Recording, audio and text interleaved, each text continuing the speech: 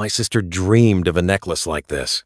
Laura's husband declared in front of everyone, then with his own hands, ripped the ancient ruby necklace, a treasured family gift from her mother, right off his wife's neck and fastened it around his sister's throat.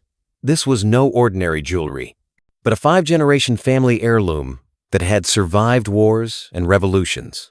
In the middle of their 5th wedding anniversary celebration, in front of her parents and all the guests, Nathan publicly humiliated his wife in the most brutal way imaginable. Laura's mother turned white as a sheet, while her father quietly spoke just one sentence that left Nathan trembling with fear. What were those devastating words? And how will Laura react when her husband disrespects her family and traditions to this extent?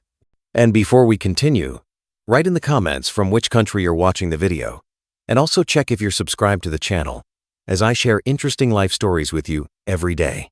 Okay, let's enjoy the story. Harold cleared his throat, drawing attention. In his hands, he held a small velvet box. Beside him, beaming with a smile, stood Margaret. Laura, sitting across from them, held her breath. Today was her and Nathan's anniversary, 5 years since their wedding. A modest but meaningful milestone, and the gift from her parents felt especially significant. "Darling," Margaret began, "your father and I want to give you something truly special. It's a family heirloom." Harold opened the box. On a cushion of ivory lay a necklace, a delicate gold chain with a large faceted ruby at the center, surrounded by tiny diamonds. The stone burned with an inner fire, like a drop of blood frozen in time. Laura gasped. She'd seen this necklace in old photos around the necks of her great-grandmother, grandmother, and mother. It was passed down the female line as a symbol of continuity, love, and family bonds. She knew how carefully it had been preserved. "Mom, Dad," Laura whispered, barely holding back tears. "This is incredible." "This necklace belonged to your great-great-grandmother, sweetheart," Harold said with deep reverence. "It's seen so much wars, revolutions, but it's always stayed in our family. Now it's yours. Wear it with pride, and remember your roots." Margaret approached her daughter and gently stroked her cheek. "We love you so much, honey, and we want you to be happy. May this necklace bring you luck and protect your family." Laura took the necklace in her hands. The gold was warm and smooth, the ruby heavy and cool. A warmth spread through her body. This wasn't just jewelry, it was a piece of her history, her family. "Thank you so much," Laura said, looking at her parents with eyes full of tears. "This is the most precious gift I've ever received. I promise to cherish it." Margaret helped Laura put on the necklace. The ruby touched her skin, sending a slight chill through her. She looked in the mirror. It suited her perfectly, accentuating the color of her eyes and making her face even more soft and feminine. At that moment, Nathan entered the room. He wrapped his arms around Laura's shoulders and kissed her cheek. "What's going on here?" he asked, smiling. "What a beauty." "It's a gift from my parents," Laura replied. "A family heirloom necklace." Nathan examined the piece closely. "It's nice," he said, but his voice lacked real enthusiasm. He'd always treated Laura's family relics with a bit of disdain, seeing them as outdated and useless. Soon, guests began to arrive. Friends, relatives, colleagues. The house filled with laughter, music, and the aroma of festive food. Laura felt happy and surrounded by love. Her parents, husband, friends, all were there. Among the guests was Chloe, Nathan's sister. As always, she kept a little aloof, as if doing everyone a favor by showing up. Chloe had always been special, spoiled from childhood with constant attention and adoration. She'd grown up selfish and capricious. The evening unfolded warmly and heartfelt. Guests congratulated Laura and Nathan, wishing them happiness and many more years together. Laura felt loved and valued. It seemed like all her dreams were coming true. Nathan's parents were there too. They were simple, good-natured folks, but also quite conservative and controlling. They always thought they knew best how their son should live, never missing a chance to offer advice or orders. Laura tried to keep good relations with them, but sometimes it was hard to endure their constant meddling in their lives. She recalled one of the first incidents, When Nathan's parents decided they knew better where the couple should live, right after the wedding, they pushed hard for them to move into their spacious apartment, saying young people needed help and support. Laura was working on a tough project then, and she needed her own space to focus. Nathan, as usual, didn't argue with his parents, and it took Laura a lot of effort to convince him to stay in their rented place, or the time with choosing furniture for their first apartment. Nathan's mom eagerly offered her services, insisting she had great taste and could help them save money. In the end, Laura spent tons of time and energy defending her right to choose, buying furniture that she and Nathan actually liked. These and other similar episodes built up over time, creating tension in Laura's relationship with Nathan's family. She knew they meant well, but their constant interference stripped her of any sense of independence. Despite the challenges, Laura tried to stay optimistic. She believed things would improve eventually, and they'd build a strong, happy family. At the table, Chloe sat like a cat who'd gotten the cream. She kept glancing at the ruby necklace sparkling under the chandelier light. "What a beauty!" she exclaimed loudly, overly dramatic. "I've always dreamed of jewelry like this. Rubies are my absolute weakness. And it's so antique, probably has a whole story behind it." Laura felt an unpleasant twinge inside. She saw the fake admiration, the greed hidden behind it, but she tried not to show it, not wanting to ruin the festive evening. Harold, Laura's dad, caught her eye and winked subtly, as if saying, "Pay no mind." And then, as the toasts were winding down and everyone relaxed a bit, Nathan suddenly stood up.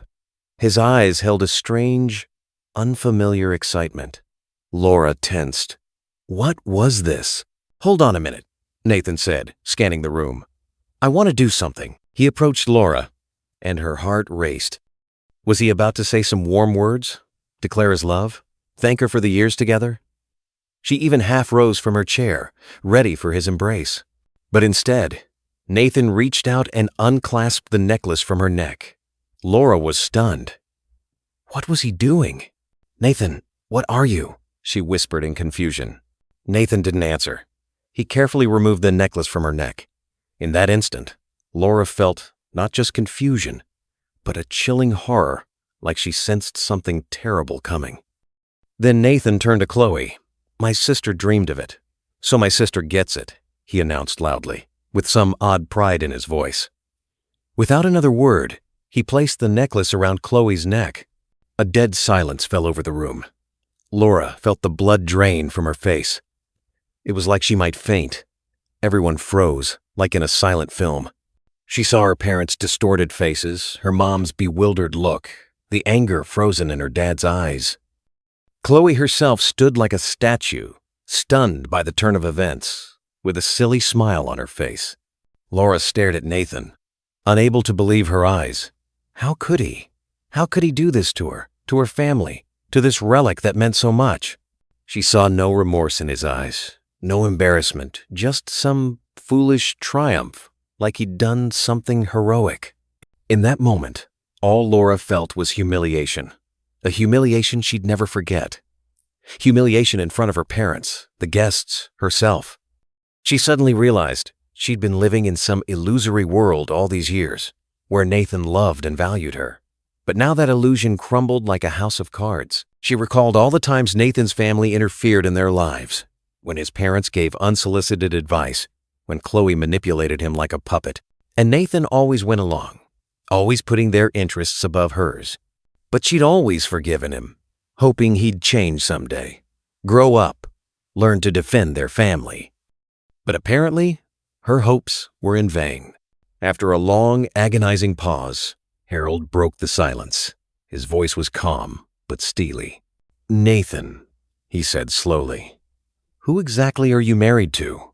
The question hung in the air like a verdict. Nathan paled and tried to say something, but the words stuck in his throat. He realized he'd made a monstrous mistake, but it was too late. The moment was gone. Laura couldn't stay in that room anymore. She needed to leave, to escape, to hide from this shame. She felt like one more minute, and she'd burst into tears. She didn't want to give them that satisfaction. She had to keep her dignity, at least in this moment. She gathered all her willpower, stood tall, turned, and walked away from the table. No one tried to stop her. Everyone was too shocked. Laura stood in the hallway, staring at her reflection in the mirror. Her eyes held something like resolve mixed with bitterness. She couldn't take this anymore. Couldn't pretend everything was fine when inside she screamed from hurt and humiliation. Her dad's words to Nathan echoed in her head. Who exactly are you married to? That was a question Nathan should have asked himself, but he seemed too busy pleasing his sister. She slowly approached Chloe, who was still at the table, dazed. The family necklace dangled from Chloe's neck like a mockery. Laura didn't raise her voice. Her movements held a ringing detachment. She simply reached out and silently removed the necklace from Chloe's neck. Chloe didn't even resist, just glared at Laura with open malice. With the necklace in hand, Laura headed to the living room, where an antique box from her grandmother stood. She carefully opened it and placed the necklace inside. The ruby and diamonds glimmered in the dim light, as if reminding her of times when marriage and family were sacred. She turned to the guests, still sitting in stunned silence. Her parents looked at her with worry and understanding. Nathan, though, seemed oblivious to the gravity. He sat with his head down, like a guilty schoolboy. "Thank you all for this evening," Laura said, addressing her parents and the guests. Her voice held a quiet but firm resolve. "Thank you for the necklace. It really is a family heirloom, not a toy for whims. It's a memory of those who came before us and those who will come after. It's about family, love, and respect. And I won't let it be devalued." She turned to Nathan. "And you, Nathan?" She paused, searching for words. "I wish you'd think about this." With those words, Laura left the house. No one tried to stop her. She felt their stares full of confusion and maybe judgment, but it didn't matter anymore. She needed time to think everything through. Time to figure out what to do next. When Laura stepped outside, the cool night air burned her face. She took a deep breath, trying to steady her trembling. Fragments of memories raced through her mind. She remembered their wedding day, full of hopes and dreams. The early years of marriage, when everything seemed so simple and clear. But then Chloe entered the picture, and everything changed. For example, Laura sitting at the kitchen table, trying to focus on work.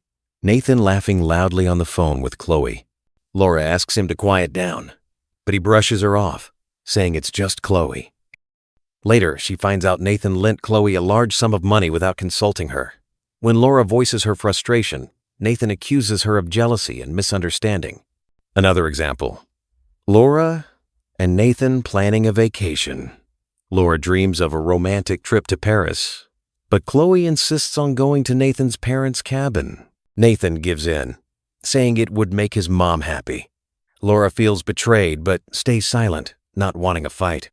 These and many other incidents gradually eroded her faith in the marriage. She kept compromising, trying to keep peace in the family, but ended up losing herself.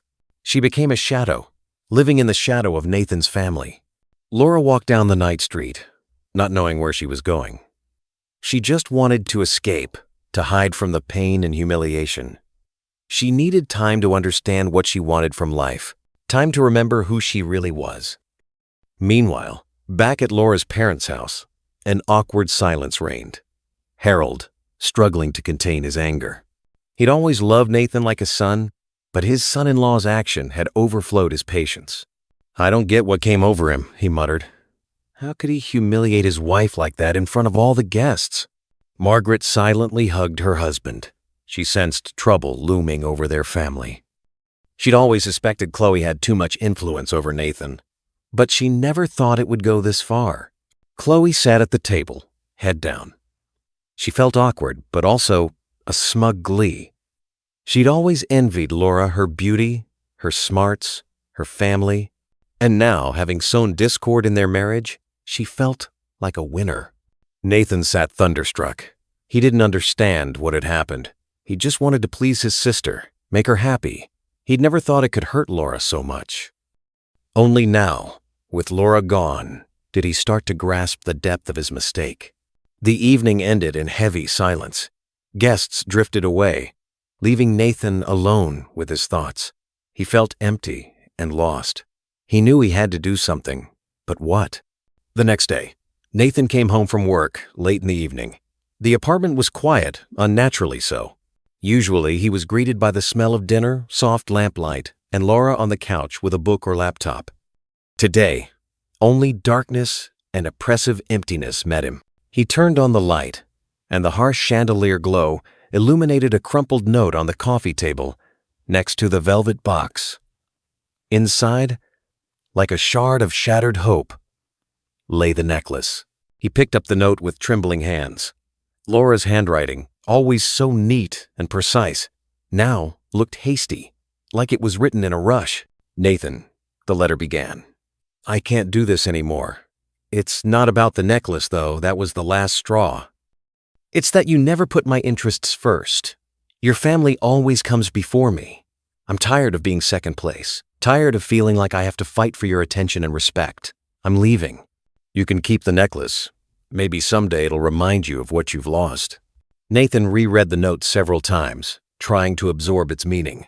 Guilt and remorse slowly seeped into his mind. At first, as always, he tried to justify himself. Chloe just really wanted that necklace, flashed through his head. Laura's overreacting, it's just jewelry. But then he remembered Laura's words, spoken once in despair. "You never hear me, Nathan. You only listen to your mom and Chloe." Memories of their life together surfaced times when he'd thoughtlessly sided with his family, even if it clashed with Laura's wishes.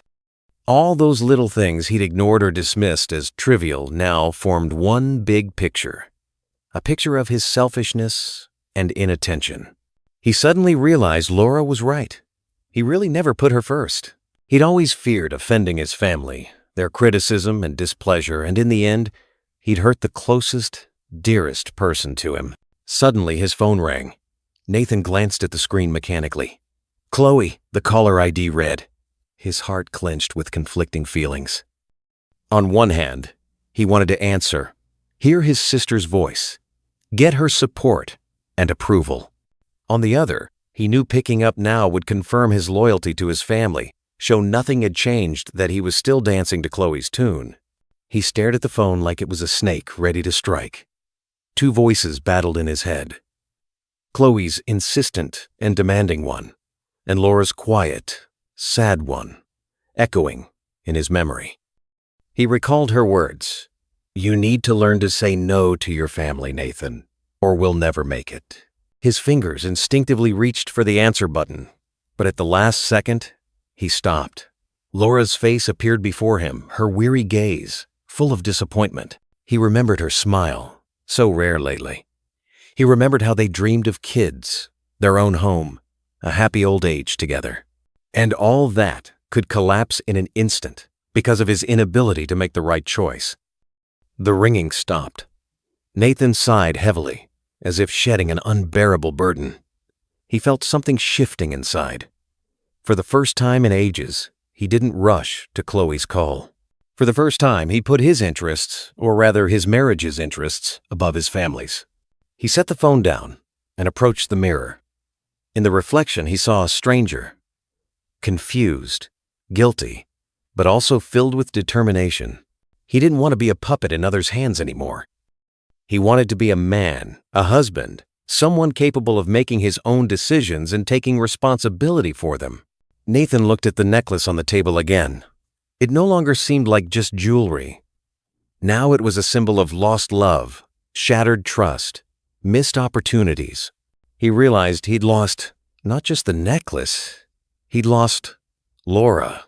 And now he had to do everything possible to get her back. He walked to the window and gazed at the night city. Car lights darted like fireflies in the dark. He didn't know what lay ahead, but he knew he had to act. He had to talk to Chloe. Tell her she was crossing boundaries. He had to talk to Laura, beg her forgiveness, convince her to give him another chance. But where to start? How to fix what he'd done? He didn't know. But one thing he knew for sure, he had to try. He had to start with himself. He had to change, for real. He pulled out his phone and opened his contacts. His finger hovered over Laura's name. He stared at the screen for a long time, not daring to press call. What would he say? How to explain that he understood everything? That he'd changed? He feared hearing a cold, indifferent voice in response. Instead of calling, he wrote a message. "Laura, I know I'm at fault. I get that I hurt you. I want to fix everything. Please, give me a chance to talk to you." He sent it and froze, waiting for a reply. But there was none. The apartment silence pressed on him with renewed force. He felt lonely and adrift. Nathan sat on the couch and buried his face in his hands. He didn't know what to do next. He just waited. Waited for Laura's response. For dawn. For change. He hoped it wasn't all lost. He hoped Laura could forgive him. Hoped they could start over. But that no longer depended just on him. It depended on Laura and on his real willingness to change.